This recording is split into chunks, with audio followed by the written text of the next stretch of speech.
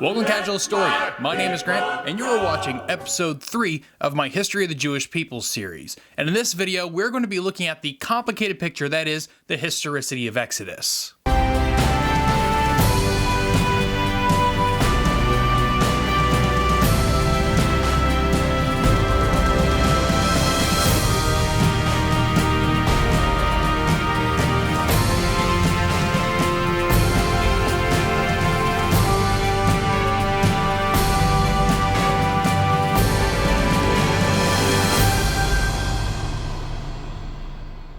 Okay, so before we look at what academics and scholars have to say about Exodus, we should probably take a look at what the traditional narrative says about the story. And before you keyboard atheists get your trilbies and neckbeards in a twist, just know that this is something historians call historiography. I made a video about it a while ago, which you can check out here.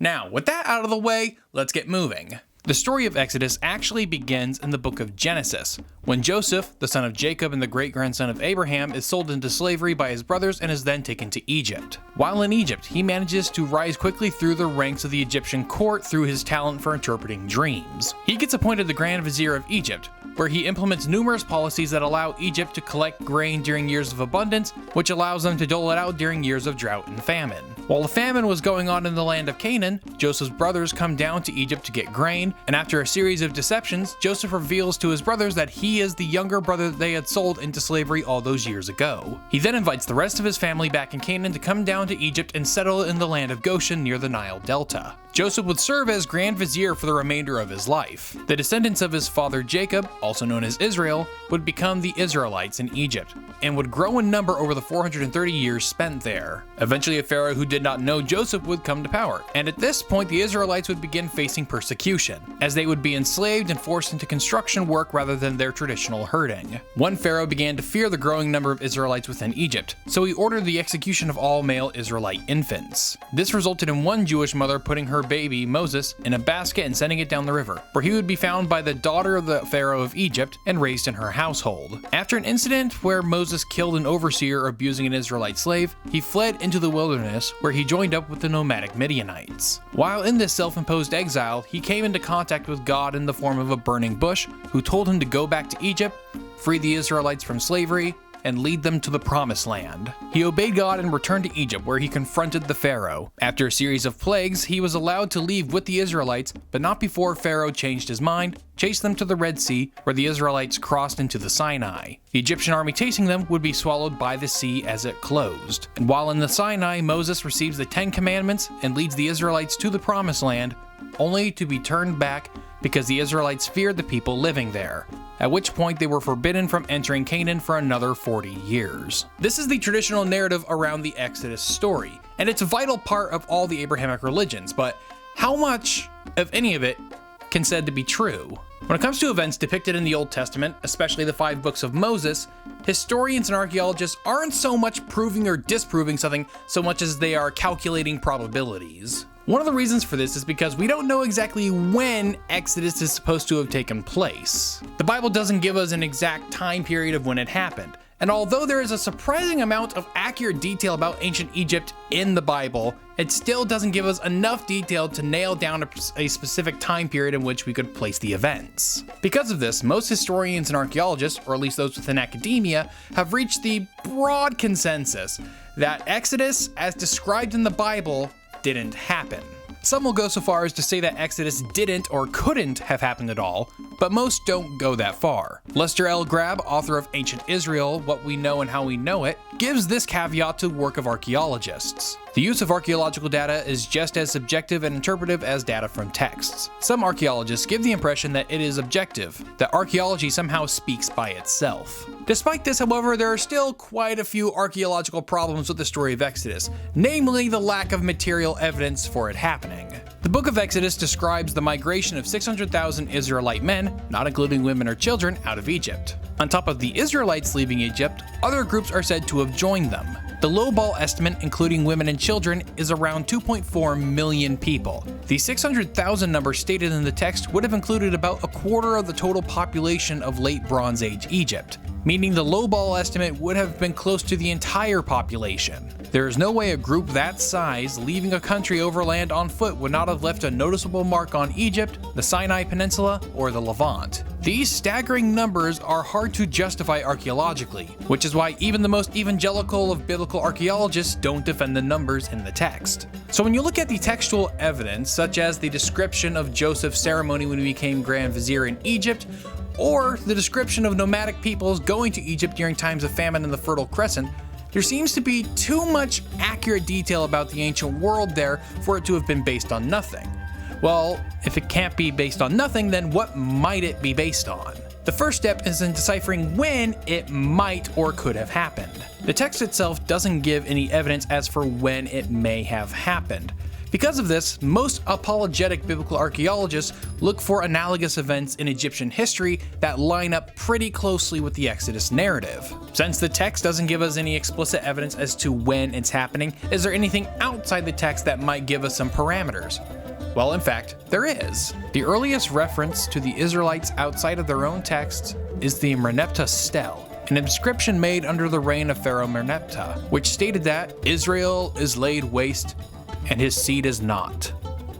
The inscription tells a number of things. Its explicit reference to Israel says that by 1200 BCE, the Israelites were a distinct entity within the land of Canaan. It also tells us that the Egyptians had a habit of exaggerating their victories, and we know this because Israel would continue to exist and conquer much of the Levant. And for those looking to date the Exodus, it says you need to pick a time prior to 1200 BCE. A popular option amongst apologetic biblical archaeologists is the period of the Hyksos expulsion. The Hyksos were Semitic peoples who migrated to Egypt during the late Middle Kingdom and founded the 15th dynasty at the start of the Second Intermediate Period. The Hyksos would rule Egypt for about a century until they were overthrown by the 17th dynasty coming out of Memphis, and later expelled from Egypt by the 18th dynasty. Although Egyptian inscriptions don't really refer to Israel before 1200 BCE, they do refer to the Hyksos.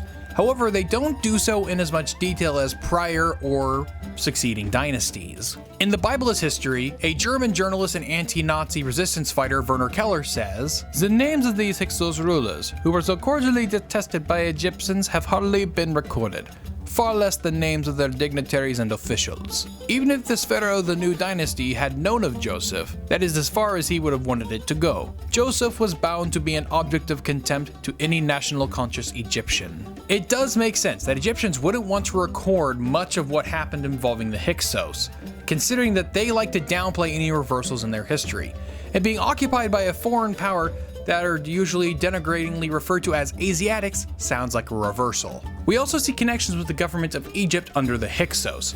Although we don't have nearly as much information on the Hyksos as we do on prior or succeeding dynasties, what little information we have shows a lot of Semitic names amongst the government ministers. On top of that, the Hyksos moved the capital of Egypt to Avaris in the Nile Delta, which is near the land of Goshen, the region the Israelites are said to have been settled. Apologists looking for parallels with the story of Exodus often postulate that the Israelites may have either been a part of the Hyksos expulsion, or they may have at some later point appropriated the story for themselves. Another piece of evidence of the Hebrews spending time in Egypt is the presence of Egyptian names amongst the ancient Israelites, in particular that of the most prominent one, Moses. The name Moses is derived from an Egyptian word meaning born of, and we see it as a suffix to many pharaohs' names, such as Ramesses, meaning born of Ra, and Tuthmoses, meaning born of Toth. However, we need to keep in mind that none of these similarities prove that the Hyksos expulsion is what the book of Exodus is talking about. There's also the fact that it was the Hyksos that were actively expelled from Egypt by the 18th dynasty, rather than them trying to escape. Some of this could theoretically be chalked up to Egyptian propaganda spin, but it seems to me that a migration that large would only be tolerated if there was an active effort by the ruling dynasty to get rid of them. And when it comes to the Egyptian names found amongst the ancient Israelites, the Egyptians under the Hyksos traded extensively with the Levant, and after the expulsion, Egypt conquered the land of Canaan. In The Origin of the Jews, a book I've cited in this series before, the author says, "Some see Hyksos rule as the historical background for the biblical story of Joseph. and the expulsion of the Hyksos as the historical kernel of the Exodus story. However that may be, we also know that Canaan in the late Bronze Age was under Egyptian control, that there was contact between the rulers of Canaan cities and the court of Amarna, and that Egyptian culture almost certainly had direct influence on ancient Israelite culture and literature. Basically, all of the knowledge of ancient Egypt among the Israelites and later the Jews could just as easily been explained by the Egyptian occupation of the Levant as it could have from a Jewish presence in Egypt. And unlike the story of Exodus, we have historical evidence that the Egyptians occupied the Levant. Since the Hyksos-Israelite connection isn't clear enough to make any definitive answers, let's go to the more popular candidate, Ramses II. Ramses II was the third pharaoh of the 19th dynasty and reigned from 1279 to 1213 BCE, one of the longest reigns for a monarch in history. His son was Merneptah, the pharaoh who claimed to have made waste of Israel. If you've seen a movie about the Exodus, it's Ramses II who is usually the antagonist, and it's Ramses II who many place as the pharaoh in the Exodus story. So why do so many people believe that it was Ramses II? There are some biblical details backing up this assertion.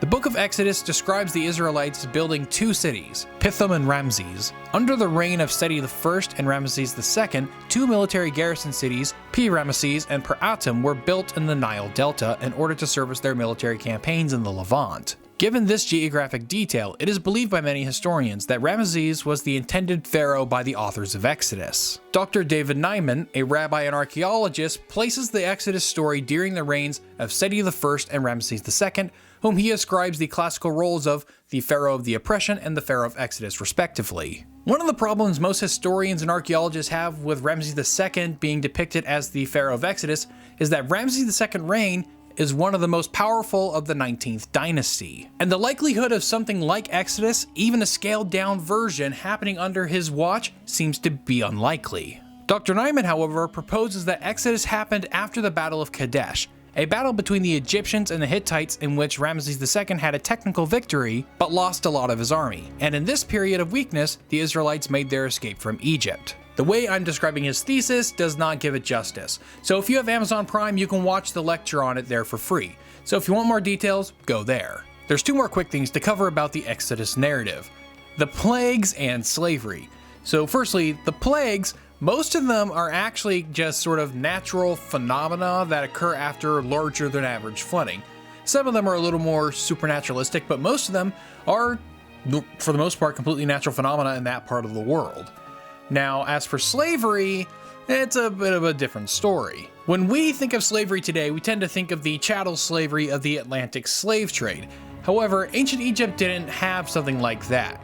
Rather, what they had was more akin to a kind of forced conscription, where individuals are required to provide a certain amount of labor to the government for a certain amount of time every year. Now, depending on who you ask, this is or isn't slavery, but considering the fact that there are commie left tubers on YouTube who think wage jobs are considered slavery, I don't think it's too much of a stretch to think of this as being ancient Egyptian slavery, regardless of whether or not the Israelites were there at all. On top of this, if the Israelites were enslaved in Egypt, they couldn't have been credited for building the pyramids because the pyramids were already built by the time the story could have taken place. I mean, even the Bible doesn't claim the Israelites built the pyramids. The reason we usually come to this conclusion is simply because the pyramids are the most iconic landmarks of the country. So, did the Exodus happen? Well, there are people like me who take it on faith that it did. And although I do believe one day we will find more evidence that supports its historicity,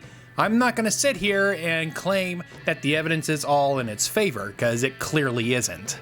Okay, then what about the option that the Exodus story isn't supposed to be a historical event? There are a good number of people who think that it's supposed to be an allegory for exile for the Jews living in exile during the time it was written. This idea comes from the fact that the book of Exodus, along with the other books of Moses, were first written during the Babylonian exile, when the leaders from the southern Israelite kingdom of Judah were captured by the Babylonians and relocated to the city of Babylon. It is inferred by some historians that during this time, separated from their homeland, the Jews were concerned about retaining their religious, cultural, and ethnic identity. So to do this, they began to write down the stories and laws that had been passed down orally through their nomadic priests and their temples in Jerusalem. Given Given this, some people propose that the story of Exodus is an allegory for exile, because just like the Jews being held captive in Babylon, the Israelites in the Exodus were also in exile against their will. However, I don't buy this interpretation.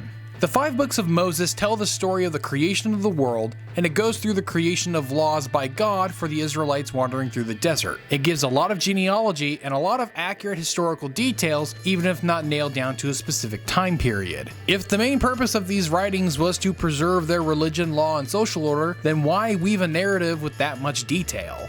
Let's look at another law code that is often credited with inspiring Old Testament law, the Code of Hammurabi. The Code of Hammurabi has all the stuff Exodus has, except for a narrative explaining why it exists. Surely the people who were writing the laws down must have been exposed to Hammurabi's code, especially because they were being held in the city he was king of. If all you need is to preserve a social order, you don't need a narrative of liberation along with it. I don't think the people who wrote Exodus thought they were crafting a fictional narrative. It is my belief, my contention, that they believed every word that they were writing. If you read what other Jews wrote about Exodus later, such as Josephus or what is said in the New Testament, they definitely believed that Exodus was at least in part a historical text, rather than an allegorical one. And there is plenty of evidence within the text itself that the writers had plenty of accurate knowledge about ancient Egypt. Or, as John Romer put it, in this genuine historical environment, the Egyptian careers of the patriarchs, of Joseph, who entered Egypt as a slave and rose to control civil administration of the land, or the biblical adventures of Moses, a foreigner foundling raised in an Egyptian court, are entirely plausible. But Romer also said this in regards to the surprisingly accurate details in Genesis and Exodus. However strong such cultural concordances are, they can never supply the proof that such stories record genuine historical events, or that characters in them ever lived. Theories that attempt to link biblical details with ancient lifestyles rely more on our ignorance of the past than our knowledge of it. What I've talked about so far is nowhere near exhaustive of what there is to say about the subject, but what I hope is that it serves as a jumping off point for further study. At this point, I think I'm going to let Lester L. Grabb end this discussion. This does not rule out the possibility that the text contains a distant and distorted memory of an actual event. Some feel that the tradition is so strong in the Bible that some actual event must lie behind it. Thanks for watching the video. If you're interested in learning more about this subject, then I suggest you check down my description below where I have listed my sources along with Amazon affiliate links. If you buy any of the books through those Amazon affiliate links, it will financially support the channel and allow me to keep making videos. You can also support this channel by going to patreon.com/casualhistorian. There you can get special benefits such as getting to see videos early, getting your name in the end credits of videos, and even now a new benefit, getting fully footnoted scripts. If you're looking at digging more into what specifically I've written in this video, then on the Patreon you have access to PDF files of the fully footnoted scripts I use to make these videos. These scripts are available for my $5 and up patrons, so go sign up for the Josephus tier and you can get full access to the fully footnoted scripts. You can also support this channel by giving a one-time donation on PayPal. Thanks for watching, and I'll see you next time.